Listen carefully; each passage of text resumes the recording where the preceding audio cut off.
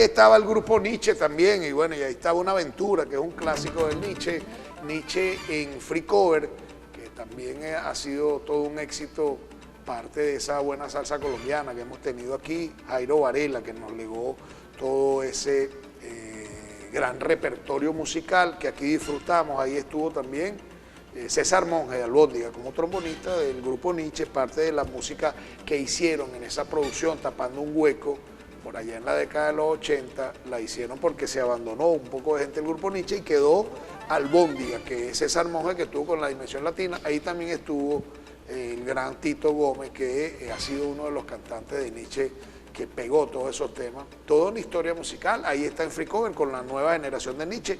Ustedes se lo disfrutan como lo hace nuestro buen amigo César, que siempre está activo ahora en el Fonfi, César López, como lo hace la señora Marixa, como lo hace nuestro buen amigo José Alberto Reyes, como lo hace todo lo que en sintonía están de nuestro espacio y que disfrutan de la buena música a la buena información, información en materia de salud. Por eso tenemos el mapa de Venezuela aquí.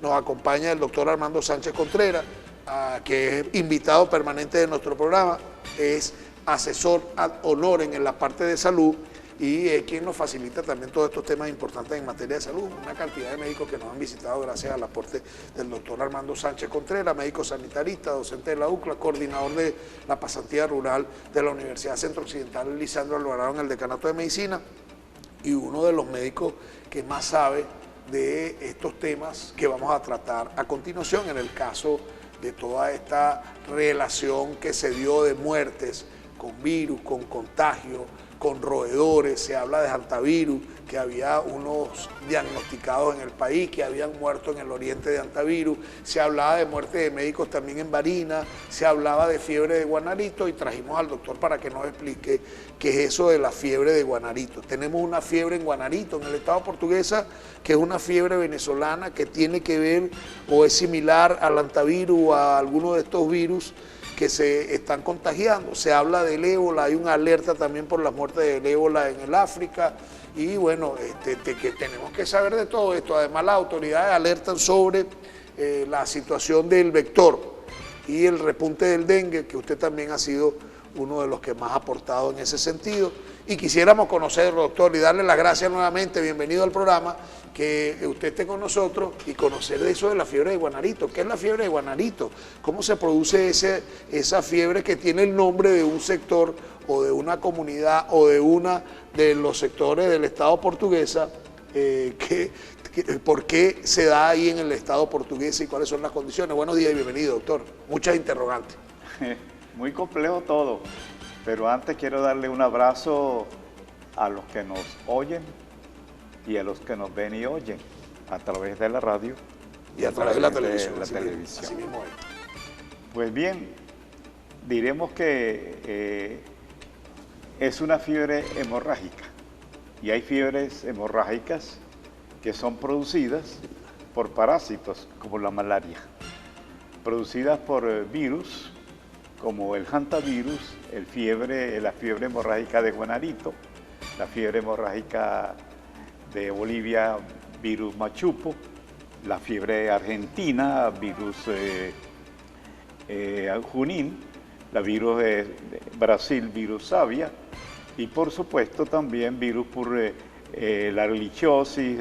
En otras palabras, hay fiebres hemorrágicas producidas por parásitos, por virus, por bacterias, y fundamentalmente pues diremos que ese es llamado el síndrome febril icterohemorrágico.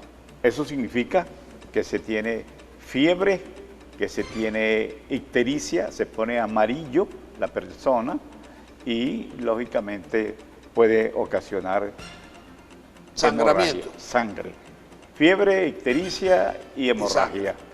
No toda persona que fue contagiada, que se enfermó, que se infectó, va a originar la enfermedad. Y entonces es lo que se llama pacientes asintomáticos, ¿verdad? Y los pacientes sintomáticos. En el caso de la fiebre hemorrágica, ¿verdad?, de virus guanarito, quisiera antes hablar un poquito de las ratas. No es mi campo, quizás el doctor Félix Galeo, que siempre te está viendo y oyendo, nos podría venir a decir un poco y hablar, pero simplemente les voy a decir que el agente transmisor de persona de rata a rata en nuestros campos es el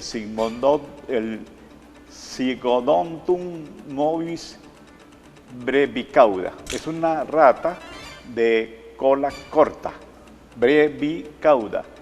Y en consecuencia hay que decir de ellas que tienen una cabeza, que tienen un tórax y que tienen un abdomen, donde están sus partes genitales y lógicamente una reproducción que se da que pueden tener al año una reproducción de 8 o 5 apariciones, de 5 a 8 o más apariciones al año. Y en cada aparición pueden dar 5 o 10 ratones nuevos, lo cual pues lógicamente va a producir una multiplicación, ¿verdad?, de ratas. Y es donde fundamentalmente la persona que está en el campo, que es el trabajador en el arrozal, en la caña de azúcar, en el sorgo, en el algodón, ¿verdad?, en todo ese mundo de girasoles que existen en nuestros campos, y especialmente el agricultor que trabaja de una forma de muy bajo salario, sin tapabocas, sin lentes, sin un buen sombrero y son una buena cubierta de vestido, y a veces se acuesta en el suelo para descansar, ¿verdad? Y eso está de pronto húmedo por lluvia o también por las cuestiones de las heces, de la orina, o porque la rata tosió. Todo eso puede ir perfectamente a mi olfato, a mi boca, a través de la mucosa, y a través de mis ojos puede perfectamente entrar. O sea entrar. que esa fiebre de guanarito se transmite a través de la rata de cola corta que dice usted que está en los campos venezolanos. Que está en los campos venezolanos, y específicamente en 1989 al Hospital Miguel Orá de Guanare, empezaron a llegar pacientes con fiebre, con ictericia y con hemorragia. Y ahí los atendió el doctor Harun Casen Mendoza y el doctor Lorenzo Basile, ¿verdad?, que eran los especialistas tanto en infectología como en medicina interna. Y llegaban, como dice usted, con fiebre, amarillo y sangrando. Sangrando. Lógicamente se les inició tratamiento, pero esos pacientes morían normalmente. En base a eso, entonces, se hicieron las investigaciones y esos pacientes que llegaban a Guanare, aquí está nuestro mapa amado de Venezuela, incluyendo el doctor Esequibo. Como buen docente siempre se trae su mapa para marcar. Entonces, allí. ¿qué sucede? Aquí está Portuguesa. El estado Portuguesa, por aquí está su capital, que es Guanare. Guanare, aquí está Guanare. Y ahí está entonces el municipio de Boconoito. Ahí está Boconoito. Boconoito. Aquí más hacia acá está Papelón, ¿verdad? Y más hacia acá está Guanarito, a 85 kilómetros, que yo lo he recorrido esa zona, a 85 kilómetros de Guanare. Ahí está Guanarito. Ahí se dio el primer caso de fiebre. Empezaron los primeros casos que iban al hospital. Y lógicamente aquí en el hospital morían. Lógicamente eso obligó a que desde Caracas, ¿verdad?, el Ministerio de Salud, la gente del IBI, que especialmente empezaran a averiguar qué podría ser, ¿verdad? No sabían qué era. Nadie sabía qué era, ¿verdad? Se pensó que podría ser malaria, se pensó que podía ser dengue, había una epidemia de dengue en ese entonces, y lógicamente podría ser fiebre amarilla. ¿Eso fue en qué año, doctor? Eso fue en el año 89, específicamente cuando se inició esa problemática, ya a fines del 89. Y lógicamente, como nadie sabía, entonces se hizo una reunión en el Instituto de Medicina Tropical de la Universidad Central de Venezuela, de gente del IBI, gente de la OPS, gente del Ministerio de Salud, y fue gente de los cátedras de microbiología y de salud pública de las diferentes universidades del país. Allí en esa reunión, y por eso la cierta autoridad que yo tengo para hablar de la fiebre de Guanarito, allí en esa reunión de gente muy calificada intelectualmente y específicamente en el campo de la investigación, se señaló que esa enfermedad que se estaba produciendo allí era dengue. Yo fui el único que se levantó y señaló algo diferente, porque a mí me enseñó un gran epidemiólogo, el doctor Juan Harbour, ¿verdad? Una mentalidad europea que vino a nuestro país en el campo de la epidemiología, y extraordinario y maravilloso y humilde hombre de la cátedra del Ministerio de Salud en materia de epidemiología, que me enseñó hacía mucho tiempo lo que era la fiebre de Lassa de Nigeria. Me dio inclusive unos elementos multigrafiados y yo me los leí varias veces. Cuando se planteó en esa reunión, dije, ¿verdad?, que la cadena de transmisión era un virus en una garrapata del tamaño de una rata y con vuelo de murciélago, ¿verdad? Porque en ese documento que se me señaló de Nigeria, de la fiebre de Lassa, y yo dije que eso no era ni dengue, ni fiebre amarilla, ni leptospirosis, ni hepatitis B, ni C, ni D, ¿verdad?, fulminante, sino que habría que investigar que eso seguramente era un arenavirus, ¿verdad?, que era un virus, ¿verdad?, que se parecía a la fiebre de Machupo, como ya lo vimos de Bolivia, a la fiebre de Argentina, en América, virus Junín, la fiebre de, todavía no habíamos señalado en el mundo la fiebre de Savia de Sao Paulo de Brasil. Y es en consecuencia allí donde se nos impuso política y científicamente, ¿verdad?, mal científicamente, que eso era dengue. Y le hicieron decir al ministro Manuel Adrianza, que era el ministro de Salud de ese país, de nuestro país, entonces, que eso era dengue, ¿verdad?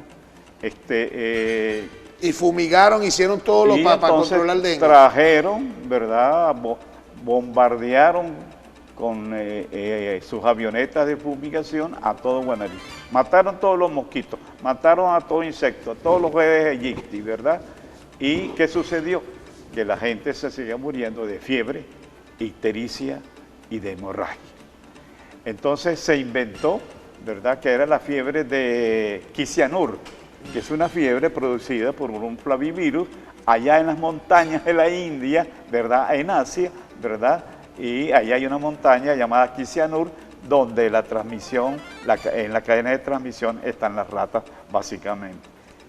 Luego entonces, en vista de que las cosas no resultaron, la gente se seguía muriendo de fiebre, de ictericia, amarillos y de hemorragia. Entonces, la gente de la Universidad de Yale, concretamente el doctor Robert Tex, con la doctora Nuris de Mansioni, epidemiólogo de Guanare, con los médicos nuestros, y fundamentalmente también con la gente del Instituto Julio Maistegui de Pergamino de Argentina.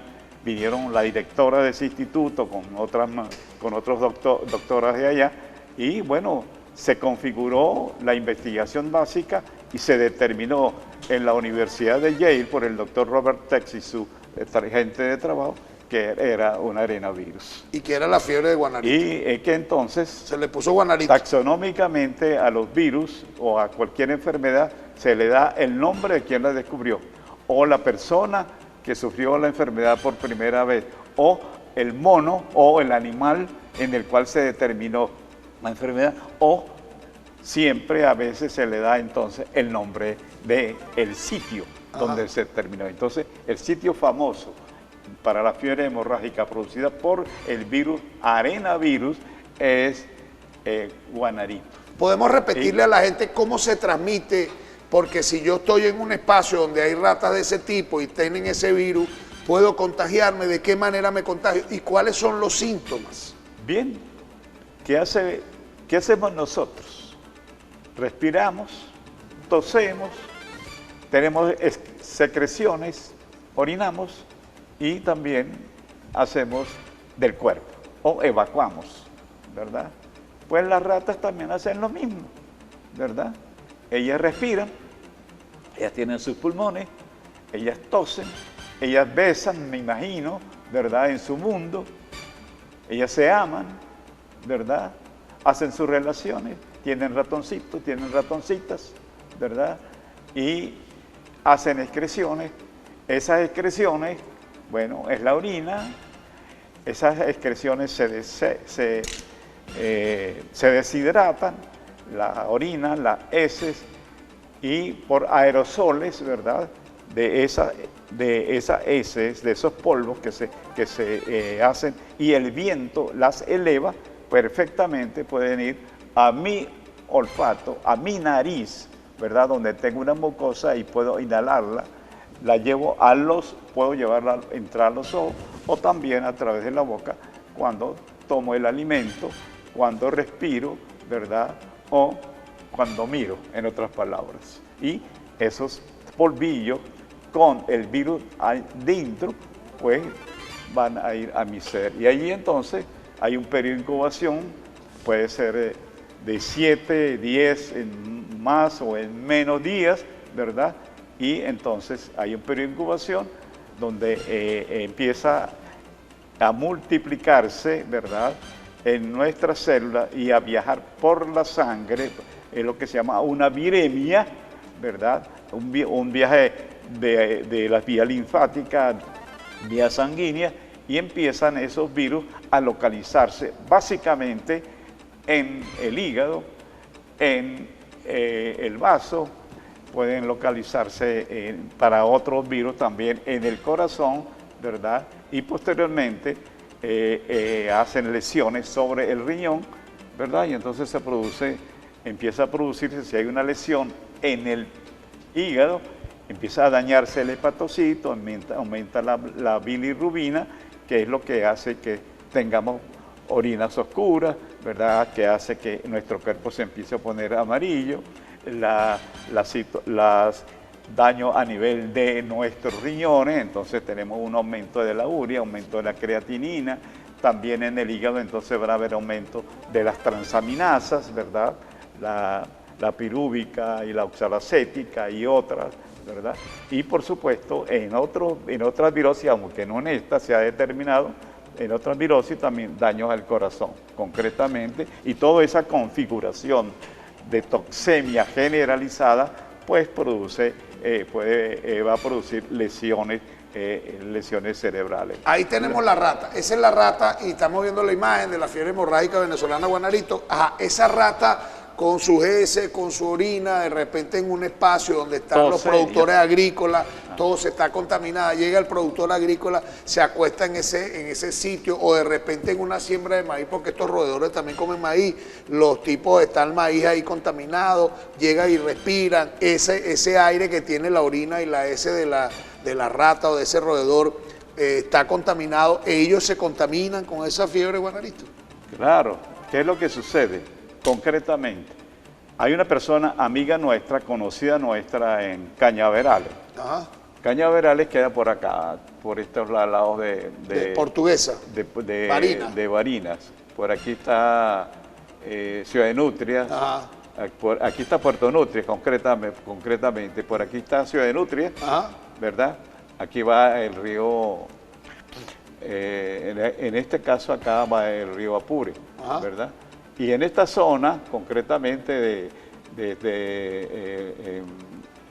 Cucharo, en las zonas de Cañaverales concretamente, el señor Libardo Cristancho, de nacionalidad originario de Colombia, pero hecho venezolano también, ¿verdad? Estaba con sus hijos en su maizal y agarró una mazorca, ¿verdad? Que ya estaba mordida, ¿verdad?, por animal, concretamente rata, con toda seguridad, y quiso deshojarla, la deshojó. Y le dijo a sus hijos, la muerte está a una cuarta.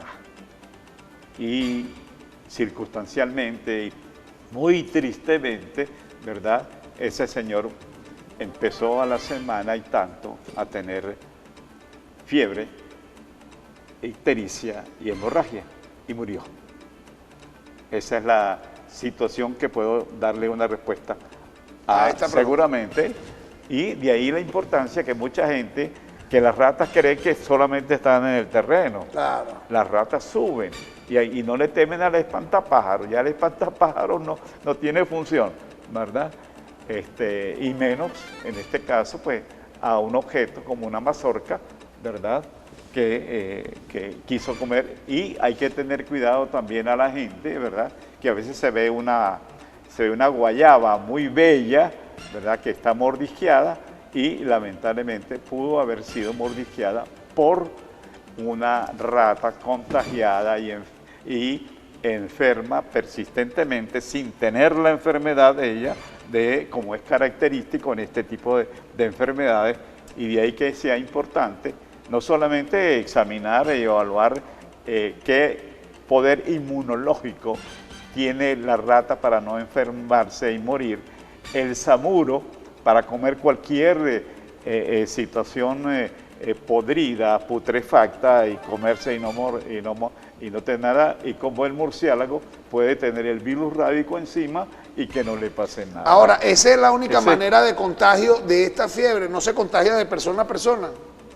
Hay lo siguiente, claro que si se contagian, en mi opinión, y tú seguramente traes la pregunta, porque se ha señalado el antivirus no se contagia de persona a persona. A nivel de mucha gente significativamente importante en el campo de la ciencia, en el campo de la política, han estado diciendo que no se contagia de persona a persona. Yo personalmente pienso que eso hay que revisarlo. ¿Por qué hay que revisarlo? Porque si se transmite de ratón a ratón, de rata a rata, a través de sus propios mecanismos, ¿verdad?, y va al ser humano, ¿verdad?, pues es lógico entenderlo que eso se tiene que transmitir y se transmite de persona a persona, ¿verdad? Es posible que entonces se nos señale que será un hantavirus venezolano, ¿verdad?, que no contagia a persona, pero yo quiero advertir lo siguiente, que eso mismo pasó con el virus ébola, el virus ébola Zaire, en África, concretamente en la República Democrática del Congo, que cuando los pacientes vinieron del norte del río, por eso se llama el río Ébola, se le dio el nombre porque fueron los primeros pacientes que se encontraron allí y que llegaron a Kinshasa, llegaron a Kinshasa con fiebre, con ictericia y con hemorragia. Este es un filovirus concretamente, y dentro de los virus está el virus Marburg y el virus ébola. Estamos hablando del ébola. Estamos hablando del ébola concretamente. ¿Y qué pasó? Que con la creencia de que no iba de persona a persona, ¿verdad?, se empezaron a enfermar los pacientes, los camilleros, los pacientes, también pacientes, camilleros, enfermeros y hasta médicos del Hospital Central de Kinshasa. Y asimismo se fue esparciendo en el tiempo sobre Sudán, aunque ya pudiera haber existido, aunque pudiera haber ese virus de ébola allá. ¿Ese ébola también lo transmiten los roedores? Lo transmiten fundamentalmente los roedores, sí, también, y básicamente los murciélagos. Los murciélagos, ¿verdad? Y de allí se pasó a Sudán, al estado de Sudán, al norte de África, ¿verdad? En la parte central, norte está Egipto, Sudán, se pasó a las zonas de Gabón, y también lo encontramos en la zona centro-occidental de África y al norte, especialmente en Liberia, Sierra Leona, Costa de Marfil, y bueno, hoy lo tenemos en las zonas del sur también de África, en Zambia, Y con una letalidad que han señalado ahí. Y eso puede suceder aquí. Pero le iba a preguntar, entonces, si el guanarito, al igual que como usted lo está refiriendo con el ébola en África, está en Guanare, pudiera pasar a Barinas, pudiera pasar a Trujillo. No, es que ya se sabe, lo que pasa es que eso lo dijimos en el año 90-91, ¿verdad? Y desde el punto de vista epidemiológico, ¿verdad? Que es importante saber que la enfermedad se distribuye en espacio y en tiempo, y sobre los seres vivos que existen en ese espacio y en ese tiempo. Y puede ser el hombre con los animales o solamente entre animales o entre personas, entre seres humanos. Y lógicamente, aquí está, ayúdeme por favor, Guanare. Guanare. Y más acá entonces está el municipio San Genaro de Boconoito. Boconoito, aquí está, no sé si estará Papelón por acá. Papelón está por aquí. Papelón por acá, y aquí está el municipio Guanarito propiamente. Y es importante señalar que en esta zona de Papelón, y entre Papelón y Guanarito, hay un caño llamado Pirital, y ahí se consiguió un arenavirus Pirital, que se llama Pirital, y del lado de Caño Delgadito, ¿verdad?, cerca de Guanarito, se encontró un hantavirus llamado hantavirus Caño Delgadito. Eso en las experiencias científicas de la gente que señalé hizo las investigaciones anteriores. Y lógicamente, ¿qué pasó? De aquí de Portuguesa, de esta línea, por donde corre el río Masparro, que viene de la represa Boconó Masparro, que viene de Trujillo, pero que está en Cruz Paredes, ¿verdad?, de Barinas, hacia acá está Alberto Torrealba. Allá se han encontrado ya en las zonas del municipio Rojas y del municipio Sosa, que es Ciudad de Nutria, que es Puerto Nutria, y también en las zonas de Alberto Torrealba, Rojas, municipio Rojas. Ahora, doctor, la muerte de los médicos ahí en Barinas pudiera tratarse de alguno de estos virus, aunque no se ha dicho mayor cosa. Bueno, en mi opinión muy personal, ¿verdad?, es que habría que estar en el terreno para poder señalar, pero lo que sí hay que revisar es que si esos doctores estuvieron tratando o no pacientes con la fiebre hemorrágica virus guanarito o un hantavirus simultáneo que pudiera estar circulando en esa zona actualmente. Y ahí, digamos, usted como médico, no se debe desconocer. Usted como médico y con la experiencia que tiene, ¿cree que se está haciendo lo que se debe hacer para determinar si es de verdad el virus de la fiebre guanarito, si es un hantavirus, y cómo hacer para hacer el abordaje y el tratamiento de esto? ¿Hay un tratamiento efectivo para esto? Hay lo siguiente, mire, yo voy a señalar que para ese entonces se instrumentó en nuestro país, concretamente cerca de Guanare, el CIVIET, que era un centro de investigaciones de víricas hemorrágicas y de enfermedades transmisibles. El CIVIET para esos años 91, 92 y siguientes.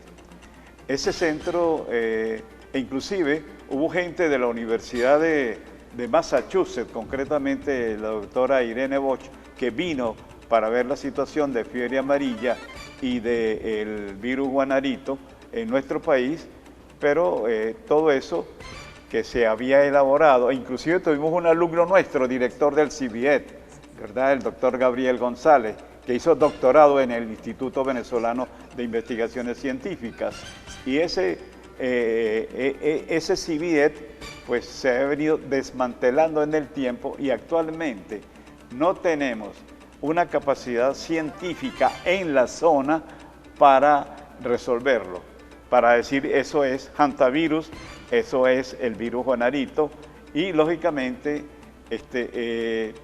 yo fui personalmente al Instituto Nacional de Higiene Rafael Rangel para entrevistarme con la presidenta o con los equipos técnicos para ver cuál era la capacidad técnica que tiene el Instituto de Investigación Rafael Rangel, ¿verdad?, Instituto de Higiene Rafael Rangel, ¿verdad? La situación fue muy incómoda, vamos a llamarlo así, porque aunque dejé documentación de lo que yo había hecho y lo que había señalado para el año 90-91, pues no hubo la buena forma de atención. ¿Y esto por qué no le pararon a lo que usted dijo? No, usted iba con una inquietud, ¿qué argumentos le dieron Bueno, ellos? No está presente, pero eso no es el caso, eso no tiene importancia real, ¿verdad? Lo que sucede es que, en mi opinión muy concreta, ojalá esté totalmente equivocado, no tenemos capacidad científica en el campo técnico operativo para, no solamente en el Instituto Nacional de Higiene Rafael Rangel, sino en cualquier universidad del país para hacer una investigación certera. Y no tenemos, más grave, vigilancia epidemiológica sobre el estado Portuguesa, en la zona sur del estado Portuguesa y en la zona norte de Barinas, ¿verdad? Más cuando no solamente se sabe que hay el problema en esta zona ya señalada, sino que también existe en el estado Guárico, muy concretamente, ¿verdad?, en el municipio Miranda, capital Calabozo del estado Guárico, donde está la producción de la gran producción de arroz en Venezuela, y donde, bueno, no lo señalaremos, eso será en otra ocasión, y donde, lógicamente, básicamente, tenemos el problema en la zona sur de Portuguesa, en la zona norte de Barinas, ¿verdad?, incluyendo Rojas, Sosa, ¿verdad?, de esta zona, y Obispos, que también está por esta misma zona. Ahí está Obispos. Mire, ¿verdad?, doctor. Y lógicamente aquí está, en esta zona, en las zonas de Guárico, pero ¿qué sucede? Que también se puede extender perfectamente hacia la zona del municipio Atanasio Girardot, capital El Baúl, que debe estar aquí en Cogede, y lógicamente hacia la zona norte, por las características del estado Apure. Hubo el reporte también de una muerte de familia en la zona del oriente del país, se hablaba de hantavirus y estamos estableciendo algunas similitudes entre la fiebre guanarito con el hantavirus. Hay hantavirus aquí en Venezuela, ya las autoridades lo reconocieron. ¿Cuáles podrían ser los tratamientos, los síntomas y las diferencias en todo caso? Vamos a señalar rápidamente lo siguiente. Lo que sucedió en Anzoátegui, concretamente en el municipio Simón Rodríguez, capital El Tigre, ¿verdad?, que es donde se señala, ¿verdad? Se señala que es por hantavirus, ¿verdad? El hantavirus puede venir ¿de dónde? No, el hantavirus, así como la Tierra fue una sola Pangea, fue una sola pelota, ¿verdad? Pues hay que pensar que lo que puede haber en África lo puede haber en Asia, y lo de Asia lo podemos tener en América. Muy concretamente, el hantavirus es un virus, ¿verdad?, que originalmente se encontró en Corea, concretamente en Pyongyang, en Corea del Norte, ¿verdad? Y ahí está un río llamado Hantan, ¿verdad? Es bueno que lo sepamos, es el río Hantan, que va desde Corea del Norte hacia Corea del Sur y aterriza en el río Amarillo, que está en esa zona de Corea, que está en la zona occidental de Corea del Norte, Corea del Sur concretamente. Y lógicamente, ¿cuál es el tratamiento para estos virus? Se ha señalado que el tratamiento, además de las cuestiones básicas de saber hidratar adecuadamente, la alimentación, los tratamientos con esteroides, básicamente en lo que yo conozco se ha señalado que la ribavirina, ¿verdad?, que se ha utilizado en Venezuela para la situación de virus guanarito y en otras partes del país, del mundo, pues existen estas cosas. Y también hay vacunas que se han empleado en Corea del Sur, concretamente en los institutos de investigación de Seúl, en Corea del Sur, ¿verdad? Han elaborado vacunas que han tenido algunos resultados. pero lógicamente se tienen que hacer revacunaciones para mejorar la producción de linfocitos T, linfocitos celulares y anticuerpos para esto. Ahora le pregunto. En Argentina se utilizó, han utilizado la ribavirina y han utilizado vacunas que ellos han elaborado sin mayores resultados, pero sin embargo la Universidad de Buenos Aires, ¿verdad?, y el Instituto Pergamino en el norte de Argentina deben tener alguna experiencia. Por ahí escuchaba que el hantavirus no se contagia de persona a persona, ¿se contagia o no? Repito mi criterio muy personal, eso hay que revisarlo, porque si se transmite de ratón a ratón, contagiado con la enfermedad persistente dentro de él, ¿verdad?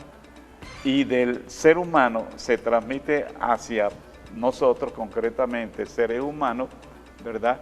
Y pensar que no se transmite sería algo excepcional.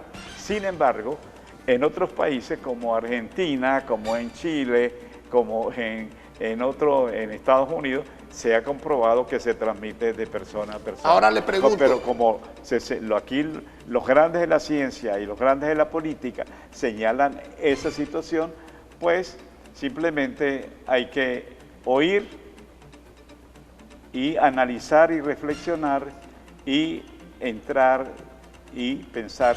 Nosotros tenemos suficiente capacidad científica para señalarlo en la experiencia clínica, en la experiencia de laboratorio, ¿verdad? Pues hay que ir caminando para pisar los huevos con tranquilidad. Mire, le pregunto, que me asusté, que he asustado, porque yo a veces compro mazorca y las pelo en la casa, y tengo la posibilidad, si alguna mazorca de esa viene con un parásito de eso. Lo siguiente, para beneficio tuyo y beneficio de todos, ¿verdad?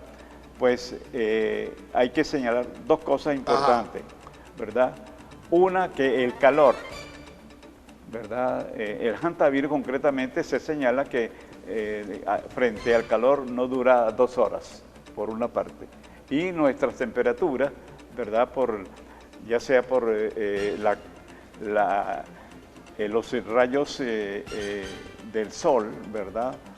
Concretamente los infrarrojos, ¿verdad?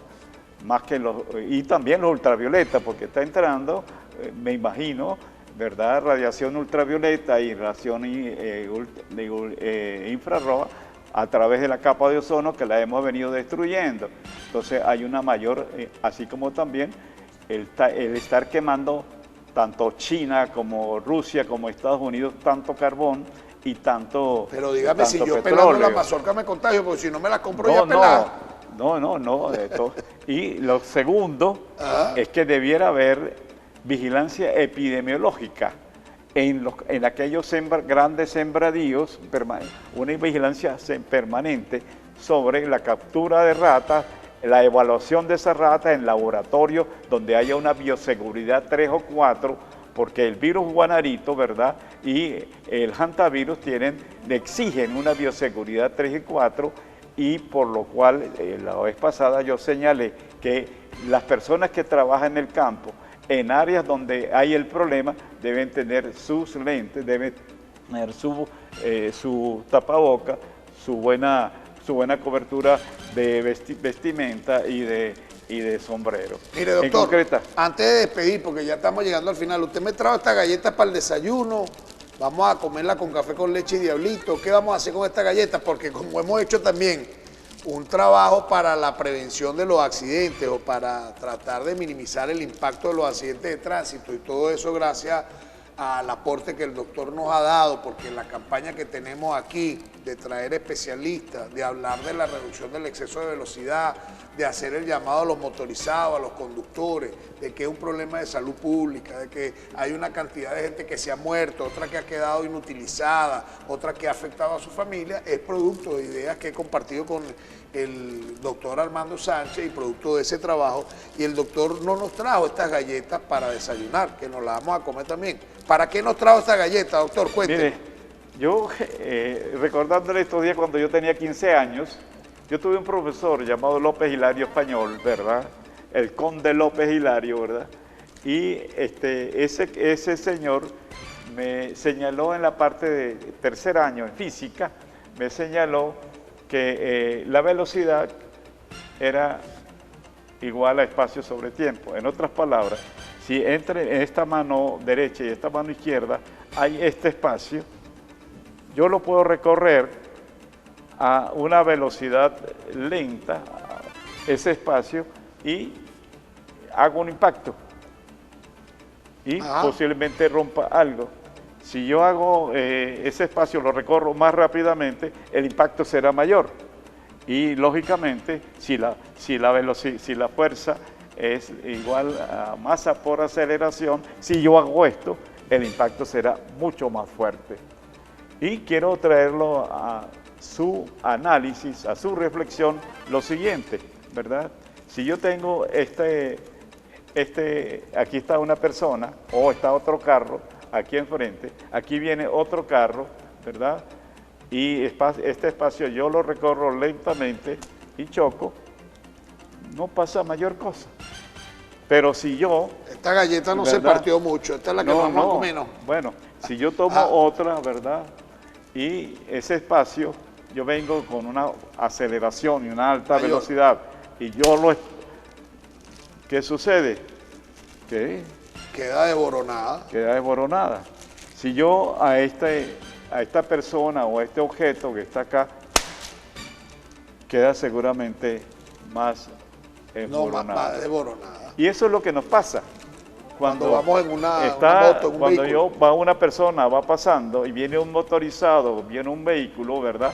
Lentamente, pues, lo rebotará 50 centímetros, 20 centímetros, ¿verdad? Pero si viene a esta velocidad, lo va a botar a 5 metros, 4 metros. Si viene a esta velocidad, lógicamente que lo va a botar mucho más lejos y le va a destruir su cráneo, le va a destruir su cerebro, le va a destruir sus ojos, le va a destruir su tórax, su pulmón, se fracturan las costillas, ¿verdad? Rompen pulmón. O sea que el problema es de velocidad. Yo puedo dañarme cualquier víscera, el hígado, el vaso, mis genitales, puedo quedar parapléjico. Y también unos van a la farmacia, se ponen un mercurocromo o un algodoncito, otros van a hospitalización, pero otros también van al cementerio. ¿Es velocidad entonces el problema? Entonces, es un problema de aceleración, es un problema de velocidad y lógicamente no es el huequito, no es la fatiga del autobusero de Maracaibo, Caracas, o del Táchira, Caracas, o a Cumaná, ¿verdad? Es básica y no es los cauchos lisos, no son los frenos, no es la luz, no es el semáforo, no, es el cerebro que está imponiendo una acción de velocidad para recorrer en corto tiempo un espacio, además de una aceleración de un objeto que va desplazándose sobre un terreno y lógicamente produce los efectos de o no hacer nada, o lesiones temporales, o lesiones permanentes, hospitalización, grandes costos para el Estado venezolano que los paga el pueblo, no los paga el Estado como tal, sino el pueblo porque es la riqueza de nuestro pueblo y lógicamente otros van al cementerio. Doctor, vamos a finalizar. ¿Qué mensaje nos deja para finalizar? Porque estamos ya en la recta. En la recta final. Bien, yo solamente quiero ratificar algo histórico. Simón Bolívar, ¿verdad? En mes de mayo se reunió con Páez. Después de pasar el Caño Garza, el Caño Turagua, Guaritico I, Guaritico II, se reunió en el Caño 70, que yo recuerdo. Y se repartieron las tropas. Unas quedaron con Páez y otras se fueron con Bolívar vía Colombia. Y después de pasar, ¿verdad? El páramo, después de pasar el río Apure, pasar seguramente por Ocaña, por llegar hasta Tunja, ¿verdad? Y haber pasado el páramo de Pisba, donde muchos llaneros, prácticamente sin ropa, donde muchos llaneros con hambre y quedaron congelados, ¿verdad?, en el descanso infinito de la libertad. Pero en en el pantano de Vargas, ¿verdad? Los llaneros comandados por Rondón, y fundamentalmente, todavía con la fuerza y el ímpetu de Bolívar, se derrotó a José María Barreiro en el pantano de Vargas. Y posteriormente, ¿verdad? Más adelante, a los 15 días más o menos, ¿verdad? Después de 3 meses de infantería y de gente en caballería, pues hubo la batalla de Boyacá, un 7 de agosto, como es el 7 de agosto que hoy estamos viviendo y que tenemos que recordar a esos llaneros venezolanos que conjuntamente con Santander, con Bolívar, en ese instante de un 7 de agosto de 1819 se produjo la libertad de Colombia, la libertad de Nueva Granada y donde se izó la bandera de la felicidad para nuestros pueblos. Doctor Armando Sánchez Contreras, médico sanitarista, historia, física, prevención de accidentes de tránsito, hantavirus, ébola, fiebre de guanarito, todo eso conocimos Machupo, hoy. Sabia, con este sabio que nos acompaña en el día de hoy, que es el doctor Armando Sánchez Contreras, que es coordinador de la Cátedra de Medicina Rural del Decanato de Medicina de la UCLA, y que, bueno, además es un médico de gran experiencia, buen amigo y asesor de la casa, que siempre lo traemos en estos momentos. Gracias a ustedes por la participación, gracias a nuestros aliados comerciales que nos permiten llegar a ustedes, hablar de ellos, hablar de Balcania. Todo lo que busquen repuestos de amortiguación y de suspensión para su vehículo lo tenemos allí. Más de 60 años tiene la familia Bessi, 3 generaciones ofreciendo el mejor servicio y un amplio stock de repuestos, todo para vehículos particulares, de carga, de transporte, todas las marcas del mercado. Representamos a Grey, que es nuestra marca exclusiva, importada y de gran calidad. Le vamos a dar la mejor atención, al mejor precio, el acompañamiento, la garantía por sus repuestos. Por eso somos los mejores, avalados por la Cámara de Importadores de Autopartes y Repuestos, en la carrera 19, esquina de la calle 44. Ahí está Balcania, no vaya a otro lugar, vaya donde están los mejores. Nos siguen @suspensiones.balcania. Colegio de Médicos del Estado Lara, de puertas abiertas a la colectividad y al gremio médico para ofrecer su área de esparcimiento y recreación, todo lo que tenemos allí, pero el servicio del certificado médico también. De lunes a sábado a partir de las 8, nuestros médicos lo revisan, le hacen sus exámenes, le dan su certificado médico, el documento legal, el que debe portar a usted, y de esa manera va a estar legal y va a estar apto para conducir. Disminuimos los accidentes de tránsito, llevar la cédula, saber su tipo de sangre, 2 fotos 2x2 y pagar el canon en el Colegio de Médicos. Ofrecemos también las distintas áreas que tenemos allí, los salones de fiesta, el auditorium, las piscinas, las tascas y restaurantes, las canchas deportivas, las canchas de tenis, la cancha de bolas criollas, todo lo tenemos allí para que usted disfrute en pleno centro de Barquisimeto, Avenida Vargas, frente a la Plaza Los Ilustres. Nuestro restaurante, vamos para que Antonio, está Tapas y está Le Café en la entrada del Colegio de Médicos, con buena comida, con momentos gratos, con piscina para esparcimiento, para recreación, espacio deportivo, todo. Lo tenemos allí en el Colegio de Médicos, cerquita de todo, Avenida Vargas frente a la Plaza de los Ilustres. Nos sigue en @Colegio de Médicos Lara, y el certificado médico, recuerde, de lunes a sábado a partir de las 8 de la mañana, llegar antes porque se reparten números. Gracias a nuestros aliados comerciales llegamos a ustedes, gracias a ustedes. Reposición de la entrevista a las 5 de la tarde y a las 11 de la noche queda colgada en nuestro canal de YouTube Latina TV Barquisimeto para quienes sintonizaron tarde, y el próximo lunes nos vamos a ver nuevamente a partir de las 6 de la mañana. Gracias a ustedes por todo. Feliz fin de semana y bendiciones.